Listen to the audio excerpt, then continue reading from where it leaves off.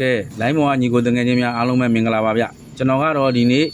ကျွန်တော်ညီကိုတွေမေးမြန်းထားတဲ့ကြွက်ဘိန်းလေးပေါ့နော်ကြွက်ဘိန်းလေးမှာပလက်မီမထွက်ဘူးဆိုရင်စစ်ဆေးရမယ့်အပိုင်းလေးတွေပေါ့နော်သူ့မှာလှုပ်ပေးနိုင်တာကတော့ပါစာပေါ့နော်ဒီဘက်မှာပါတဲ့တန်လိုက်လုံးထဲမှာပါတဲ့ပါစာဒီအုံတန်ဖိုး120နဲ့ကျွန်တော်တို့က ECU ကိုသတင်းပို့ပေးရမယ်နော် ECU ကိုသတင်းပို့မှသာလျှင်ဒီပလက်ကွိုင်ကြိုးစာကိုသူကဘိုးရိတ်တွေ DC ဘိုးရိတ်တွေ100ကျော်150 200နီးပါးလောက်ထိထွက်ပြီးတော့ဒီပလက်ကွိုင်ကိုမိထွက်စေမှာဖြစ်ပါတယ်နောက်တစ်ခုကနောက်တစ်ချက်ကကြတော့ဗာလဲဆိုလို့ရှိရင်ဒီတော့မှာပါတဲ့ဇီနာထိုင်အုပ်ပေါ့နော်ကျွန်တော်မုံနေ့ကတင်ထားတယ်တော့မှာပါတဲ့ဇီနာထိုင်အုပ်ကျိုးက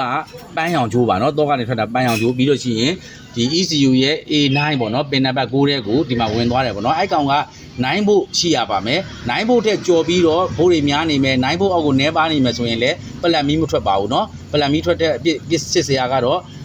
ECU တဲ့ကိုတော့ကနေဇီနာထိုင်အုပ်က9ဖို့ဝင်ပေးရမယ်ပြီးရင်ဒီတန်လိုက်တုံးထဲမှာရှိတဲ့ပါစာပြားဝါလားဟလား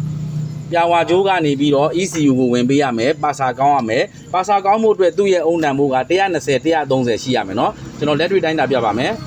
ဒါဆိုရင်တော့ကျွန်တော်ကပါစာစကိုကျွန်တော်တို့ကအပြင်မှာအုံတိုင်းကြည့်လိုက်တာပေါ့เนาะဒီမှာအုံတိုင်းတဲ့အချိန်မှာသူ့ရဲ့အုံတန်မှုက121ဆိုတာပါစာကောင်းပါတယ်ပါစာကောင်းရင် ECU ကိုသတင်းပို့တာဖြစ်တဲ့အတွက်ကျွန်တော်တို့ပလက်မီထွက်ဖို့အတွက်ပလက်ကွိုင်စကိုပလက်ကွိုင် ECU ကထုတ်တဲ့စကိုပလက်မီအားမြင့်အောင်ထွက်ပေးရမှာဖြစ်ပါတယ်တိုင်းတာကြည့်မယ်เนาะပလက်မီအားမြင့်တဲ့ပုံစံလေးကိုဒါဆိုရင်ကျွန်တော်တို့ကခုနပါစာလဲကောင်းတယ် ECU ကပါစာက ECU တော့ဝင်သွားပြီဖြစ်တဲ့အတွက်ဒီပလက်ကွိုင်ပေါ့เนาะ net ဝါလားညီလေဝါ net ဟုတ်ပြီเนาะဝါ net လားဝါပြလားမသိဘူးဗျာအဲ့ဒါလေးဒါကြည့်ကြ1နံပါတ် A နံပါတ်1မှာအဲ့ဒါဆိုရင်ကျွန်တော်ဒါလေးကကင်းနေကြည့်မယ်200ဘယ်လောက်ပါ DC မှာထားမယ်เนาะ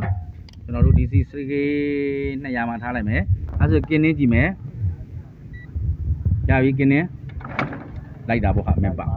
အယောင်လေးကြည့်လိုက်ဟုတ်ပြီနော်အယောင်လေးကြည့်အခုလာစင်နင်းပြမယ်ကဲနင်းနာနာနင်းမပြောင်းသေးဘူးနင်းစတာထိုးပြီကွာရော့ဒီဘဲလွတ်နေအောင်ဟာလွတ်ဒါဆိုရင်ကျွန်တော်တို့ ECU ကနေပလက်ကွိုင်ကိုလာတဲ့ဘိုးတွေကိုတိုင်းမယ်ရပြီနင်း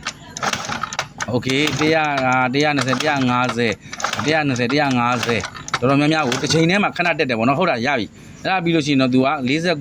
50ဘိုးရိတ်မှာရက်တည်နေမယ်အနှုတ်ကလေးလည်းပြထားမယ်ဒါဆိုရင်ကျွန်တော်တို့က ECU ကနေလှုပ်ဆောင်ချက်လည်းကောင်းတာဖြစ်တဲ့အတွက်ဒီလိုချိန်မှအဲ့လိုမျိုးကောင်းနေပါလျက်နဲ့ပါစာလည်းလှုပ်လို့ပါနဲ့ ECU ကလည်းခိုင်းစေပါလျက်နဲ့ပလက်မီမထွက်ဘူးဆိုရင်တော့ကျွန်တော်တို့ကပလက်ကွိုင်ကိုစစ်ဆေးပေးရမှာဖြစ်ပါတယ်ဒါဆိုရင်ကျွန်တော်တို့ကဒီပလက်ကွိုင်ရဲ့အုံကိုတိုင်းတာတာပေါ့နော်ပလက်ကွိုင်အုံတိုင်းမယ်ဆိုရင်ဒီဘက်ကပလက်အဝင်တစ်စားကိုထည့်မယ်ကျွန်တော်တို့ကပလက်ကျိုးကိုတစ်ချက်ထောက်မယ်ပြီးလို့ရှိရင်ထောက်မယ်ဒါဆိုရင်ကျွန်တော်တို့ကပလက်ကွိုင်ရဲ့အုံက3000ကျော်တယ်ပေါ့နော်ကျွန်တော်တို့က 20k မှာထားတိုင်းတာဖြစ်တဲ့အတွက် 3.0 ဆိုတာ 3000k ပေါ့နော် 3k 3000ကျော်ပါတယ်ဒါလေးရှင်းပြရင်းဖြင့်ကျွတ်ပလက်မီမထွက်ခြင်းကိုကျွန်တော်ရှင်းပြပေးတာဖြစ်ပါတယ်ဗျကြွက်ကလေးတွေကိုလိုအပ်တာရှိရင်လည်းမေးမြန်းပေးပါရပါတယ်ကောင်းဆက်လန် EF ဘိုင်စာပစ်ကပါဗျ